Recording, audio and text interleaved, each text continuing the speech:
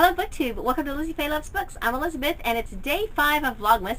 So it's time to do my November wrap-up. I did a wrap-up for the Borrowathon and Rereadathon, and I talked about these 4 books. I reread Cinder by Marissa Meyer, and Maniac McGee by Jerry Spinelli, Fox and Socks by Dr. Seuss, and Catering to Nobody by Diane Mott Davidson. So I won't go into detail about those. I also read 3 of our Sunshine State books for this year. From the 3rd to 5th grade group, I read All Four Stars by Tara Dearman. I read Bot Wars by J.B. Cade. And I read All Fall Down by Allie Carter. Since these are Sunshine State books, I will do separate reviews and wrap-ups for these books later as well. For book club, I read What Alice Forgot by Leanne Moriarty.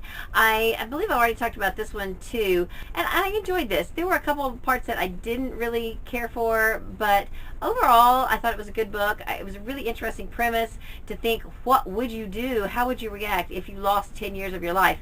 So I definitely recommend reading it. In our book club discussion, some of the people thought that it could have been about 100 pages shorter because they didn't like the side stories of the sister and things like that they thought were unnecessary to the main character story. So, you know, there's that as well. But and I didn't think it was a perfect book, but it was an enjoyable read. My nonfiction November was kind of a bust. I had several books picked out that I thought I might get to. I ended up reading one nonfiction book, and it's pretty short, but it was really good. I enjoyed it. This is actually written by one of my co-workers. This is, I believe, her first book. It's a memoir. It's called My Life as a Maniac by Patty Adams. And I want to thank especially Christine from Kizzy Reads, because this was not on Goodreads yet, and she has now put it on Goodreads for us. So if any of you want to pick this book up, it's available on Amazon.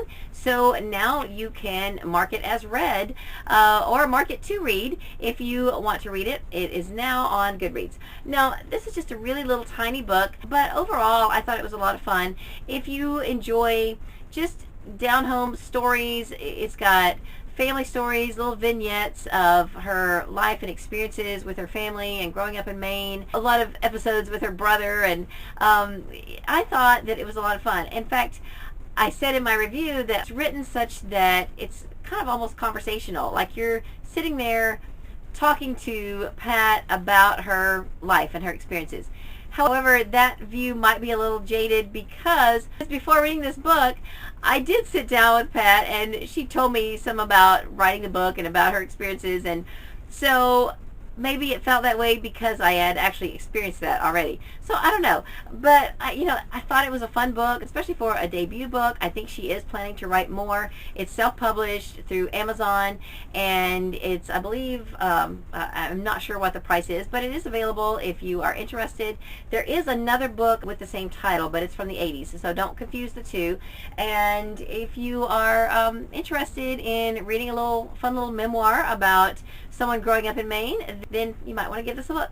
This is a book I read right at the end of the month. It is also very short. I read it within 24 hours. It is A Virtuous Woman by Kay Gibbons, and I really did enjoy this. It is an Oprah Book Club selection, so there's some tear-jerking moments and some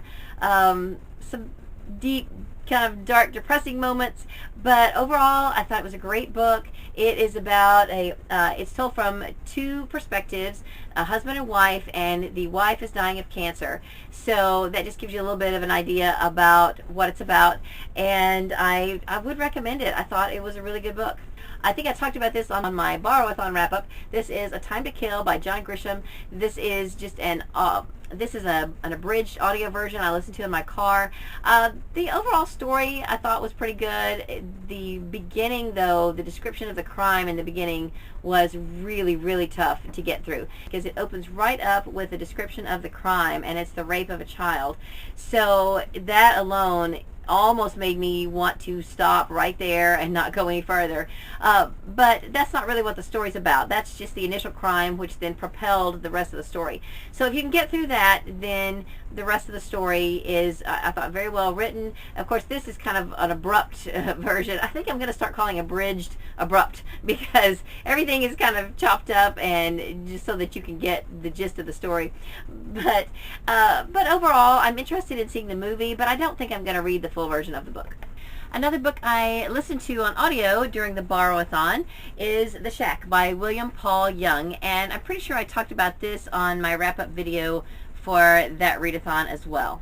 And then this is a really old book I've had since high school. It actually came from my high school library. It's called Double Date by Rosamond Dujardin, and I'm going to show you right now a picture of the actual artwork of the dust jacket, which I have never owned, so that you can just see the fun cover that is that was originally on this book.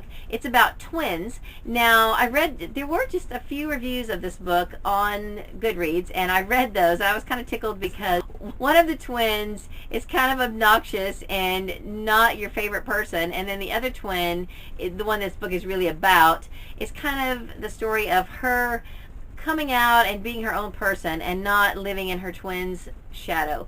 So that's kind of the gist of it, and it's really a cute book. I love the setting. I love the old-fashioned time frame. It was originally published in 1951, so it's just very cute and very dated, but it's a lot of fun to read if you are interested in reading older books that are for a YA audience. And I almost forgot that I listened to The Kill Order on audio. It's by James Dashner, and it's the prequel to the Maze Runner series. Of course, also in November, I started 3 books that I haven't finished yet that I am finishing in December. I started The Mammoth Hunters by Jean M. Auel, and Inkspell by Cornelia Funke, and The Great Turkey Caper by Madison Johns. And I have that on my Kindle. And then there's another book I read 2 chapters of, but I probably am not going to finish right away. This is Percy Jackson's Greek Gods by Rick Riordan. I read a little bit of this on my trip in the motorhome. Katie has it checked out from her school library. She read it cover to cover, and I think she enjoyed it. In fact, she even took notes, and so she has gotten really into Percy Jackson. She's finished the whole first series. Then she read this one, and now she has finished The Lost Hero and is reading The Son of Neptune. So she just, you know, I've been trying to get her to read these books for years, okay? But when she finally decided herself, then now she's flying through them. So it has to be her idea. It can't be my idea because she's 12. So that is everything I read for this month. I believe I read 14 books if you count Fox and Socks, which I'm counting. And, you know, I read some other shorter books too, which helped bump up my numbers, but I'm thankful for that because it was a busy month.